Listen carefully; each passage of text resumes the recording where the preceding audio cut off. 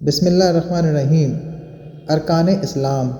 سوال: ارکان اسلام کتنے ہیں؟ جواب: ارکان اسلام 5 ہیں۔ پہلا، اس بات کی گواہی دینا کہ اللہ کے سوا کوئی عبادت کے لائق نہیں اور حضرت محمد صلی اللہ علیہ وسلم اللہ کے خاص بندے اور رسول ہیں۔ دوسرا، نماز قائم کرنا۔ تیسرا، زکوٰۃ ادا کرنا۔ چوتھا، حج کرنا۔ پانچواں، رمضان کے روزے رکھنا۔ سوال: دن رات میں کتنی نمازیں فرض ہیں؟ جواب: دن رات میں 5 نمازیں فرض ہیں۔ سوال: 5 فرض نمازوں کے نام بتائیے۔